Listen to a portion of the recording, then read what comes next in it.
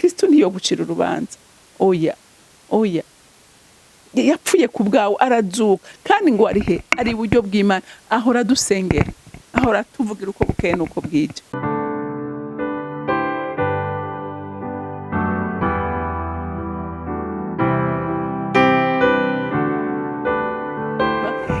Bakunzi ba CANAAN TV, ndanezerewe kandi gusubira guhura namwe ngo tuganire ijambo ry'Imana. Ariko imbere yuko dutangura kuganira, reka tubanze dusenge. Mana yanje, mwami wanje, ndagushimira ku rukundo rutangaje wadukunze, rwaguteye gutanga umwana wawe umwe w'ikinege wari ufise mu ijuru, ariko uremerera mutanga ku bwacu. Urwo rukundo turagwirata kandi turarunezererewe, kuko tuzi neza tudakekeranye ko natwe dukunda Mana.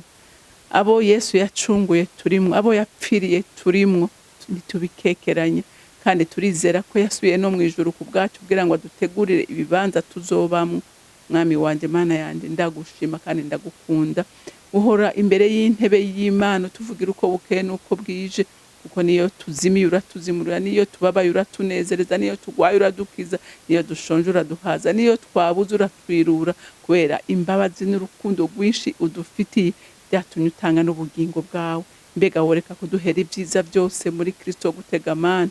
Ushimwe kandi wubahe urugo rukundo, amicubahiro cyose n'amashimwe yose aba yawe. Nkaba ndabisende ndabyizeye kubyumvise mu izina rya Kristo Yesu, amen, amen. Ijambo rero Imana yampaye kuganira namwe uyu munsi riravuga ngo abizeye Yesu Kristo by'ukuri nta kintu na kimwe cyo batandukanya n'urukundo rw'Imana. Haleluya.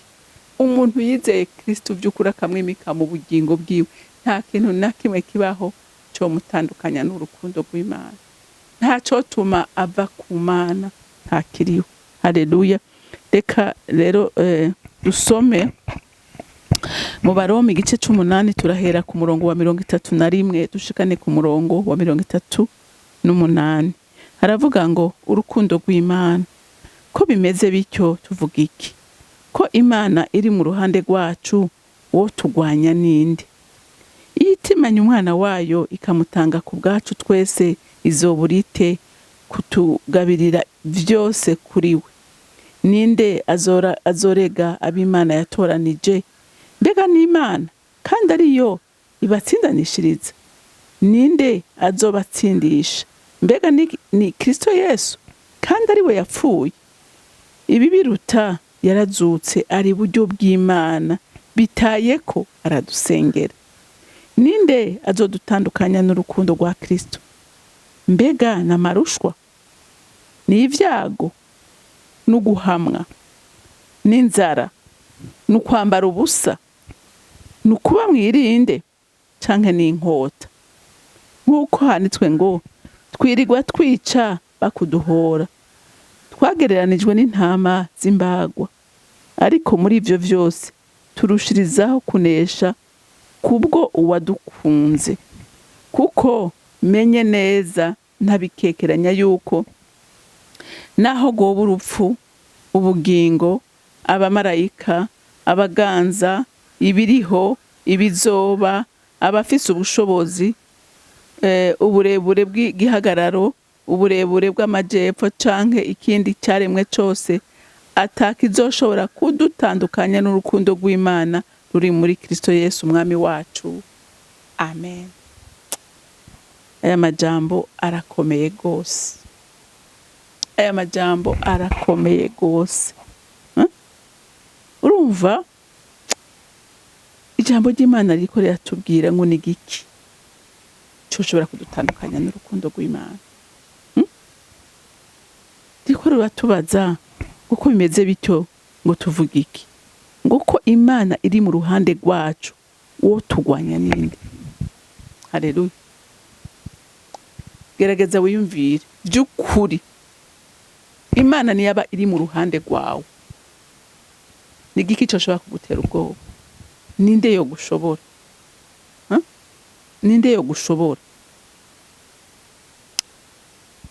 Hariho abantu vy'ukuri batahuye urukundo rw'Imana. Haraho nsubira inyuma nkiyumvira nka Daniel. Daniel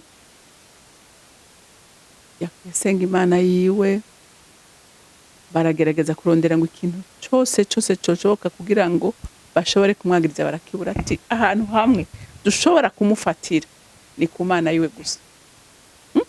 Murumva ingene uyu mugabo yari yaratahuye urukundo rw'Imana, yari yaratahuye Imana, yari yarayimitse mu bugingo bwe, ayigira iya mbere. Mu kazi ntibashoboye kumubona, mu bindi bintu byose nta kintu na kimwe bashobora kubona ko bashobora kumutora kw'ikosa, ariko ahantu bashobora kuvuga ati twomuronkera ni ku Mana yiwe gusa. Hanyuma baramubwira bati umviriza, itegeko ryasinywe ko wewe udashobora guhimbaza umuntu, urapfa, turagutera mu gobo gw'intama. Daniel aravuga ati akompe mukira Imana yanje, ndemera kurugwamo. Urumva ingene yari yaramenye Imana, urumva ingene yari yaramenye urukundo rw'Imana n'ubushobozi bw'Imana. Urumva aravuga ati jewe sinshobora, tinaho meze uko sinshobora guhemuka. Imana nayo iravuga ati sije nohemuka umwana w'umuntu atahemutse. Haleluya. Egi yakoreye uwo niyo natwe dukorera uyu munsi. Nanje iri jambo riko riransinda, kuko hari byinshi nanje bintera ubwoba, asanga nakoze ibyo ntari nkwiye gukora.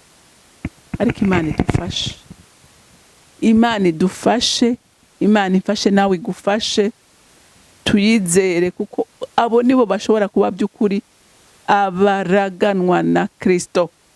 Haleluya. Yesu ntiyatinye kunywera ku gikombe kirura. Haleluya. Nawe cyaramuteye ubwoba, ari mu gashamba k'Igetsemane ariko arasenga. Yaravuze ati yo, ati umutima wari ubishaka gucungura abantu, atari ku umubiri urananiye, atarananiye gushika hatabaza ati papa kubera ikumpevye. Urumva Imana igira iki? Imurungikira mpemu yera kugira ngo amukomeze. Haleluya. Abona kugira iki? Kwemera kunywera ku gikombe c'umururazi. Aravyemera ati n'intumwa zari zisinziriye zacitse intege, aravuga ati nimuze tugenda, ati birarangiye, ati ndemeye. Haleluya. Ati ndemeye. Urumva rero natwe nk'abana b'Imana nta kindi kintu na kimwe cyo dushoboza, nta na kimwe cyo dushoboza. Haleluya. Atari uko mpemu yera batuzuye. Haleluya. Ngo yitimanye umwana wayo ikamutanga ku bwacu twese, izoburite tukutugarira byose kuri we. Urumva Imana, ijambo ry'Imana riko yatubwira ati none Imana iri mu ruhande, yabaye mu ruhande rwa Daniel, iramugwanira ntiyasha, bami ntambwe ntizamuriye kubera Imana ari mu ruhande rwiwe, azibira akanwa k'intambwe. Haleluya. Iyazibiye akanwa k'izo ntambwe niyo Mana natwe dukorera, niyo turi kumwe nayo. Haleluya. Mugabo byose biva ku rugezo tuyizereye. Ushobora kuba uri ku rugezo rutoyi igukorera bitoyi, mugabo nibagera ku rugezo go hejuru utahura ko Imana atakintu na kimwe iri mu ruhande rwawe, atakintu na kimwe coshobora kuguhungabanya, nugo rugezo nayo igukoreramo igitangaza cawe. Haleluya. Niko gukoreramo igitangaza cawe. Rero ijambo ry'Imana riravuze ngo none iyo Mana itimanye umwana wayo ikamutangira twebwe abanyabyaha, kuko ijambo ry'Imana ryatubwiye yuko ngo twese twakoze ibyaha. Urumva turi babi cyane gose mu maso y'Imana, ariko ifata umwana wayo umwe w'ikinege yari ifise iramutanga ku bwacu kugira ngo dushobore gutabagwa.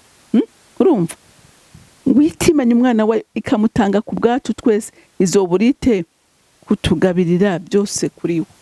Nta kimana itokora, icari cy'agaciro yari ifise yaragitanze, ibisigaye n'ibito ku Mana, ibituraje ishinga n'ibito mu maso y'Imana. Umwana wayo yari uw'agaciro kanini. Haleluya. Yari uw'agaciro kanini, ariko iramutanga. Rero ibisigaye n'ibitoyi. Haleluya. Ngo ninde azorega ab'Imana yatoranije? Mbega ninde yoja kuturega? Kandi Imana wewe nanje yaradutoranije. Wewe waja kurega umuntu kurega umuntu kandi uyo nyene ari we yagukuye aho uri akagushira aho ugeze uyu munsi, ninde yoja kukuregayo? Haleluya. ngo mbega ni Kristo Yesu kandi ngo ari we yapfuye, ni Kristo yaje kukurega kandi yapfuye kugira wewe ngubeho, kandi uyu munsi yama ariko arakuvugira. Umva ngo ibiruta ngo yarazutse ari buryo bw'Imana bitaye ko aradusengera. Urumva Kristo ntiyo gucira urubanza, oya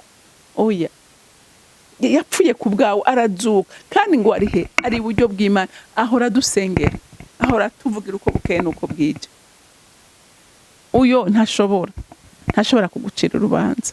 Haleluya. Ariko yifuza yuko ugira ugororoka, yifuza kugendera mu nzira nziza kugira ngo ushikire umugabane wawe.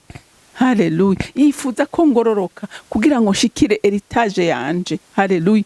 Kuko uyu munsi hari ibyo ntashobora kuronka kubera inyifato yanje, nawe hari ibyo udashobora gushikira kubera inyifato yawe, ariko arashaka ko tuba abana mu rugo. Haleluya. Haleluya. Ngo ninde azodutandukanya n'urukundo rwa Kristo? Mbega n'amarushwa urumva? Mbega n'igiki cyo gutandukanya n'urukundo rwa Kristo? N'amarushwa urimo? None ni witandukanya ninde azoyagukiza? Kwari afise uburenganzira kuri ayo marushwa urimo. Haleluya. Ni ibyago nivyo bitumye uhemuka. None ninde azogekuza ivyo vyago? Kwari we wenyene afise ijambo rya nyuma ku buzima bwawe. Haleluya. Nuguhamwa uri kurahamwa, none ni witandukanya nawe kwera guhamwa, none ejo bizogenda gute? Haleluya. Ko yatubwiye ngo ndagiye kubategurira uzoba he, uzoshikira he. Haleluya. Inzara ni itumye uhemuka, kandi uzi neza ko uyu munsi ushobora gusonza ariko ejo mu gitondo ugahaga. Haleluya. Ngo nukwambara ubusa, impuzu Imana ishobora kuguha utagira naho zikwiza. Hariho abantu bagenze ubusa, bambaye ubusa, ariko uyu munsi bakubwira bati ico kibazo cararangiye. Haleluya. Hariho bireka kugira ngo iraba urukundo uyikunda. Haleluya. Nukuba mwirinde canke n'inkota. Umviriza ijambo ry'Imana riko yatubaza ni giki cotuma utandukana n'urukundo rw'Imana ukaruvamo? Kuko handitswe ngo twirirwa twicwa bakuduhora, twagereranijwe n'intama z'imbago. Urumva hariho abagabo n'abagore bahagarara bagashingira intahe Imana, bakavuga ibyo baciyemo. Twarabonye umukozi w'Imana Paulo akubitwa na Sila, babafata bakabashira mu mpatane z'ibiti, ariko bakarenza amaso byo gahimbaza Imana, bagakorera Imana bariko barajejeta amaraso. Haleluya.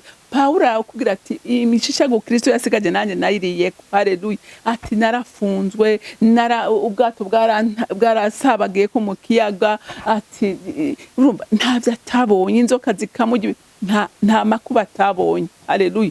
Ariko akaguma ashima Imana, akaguma akorera Imana gusumba uko yahora nayikorera. Haleluya. Ati twagereranijwe n'intama z'imbago, ngo ariko muri ibyo byose turushirizaho kunesha kubwo uwadukunze. Haleluya.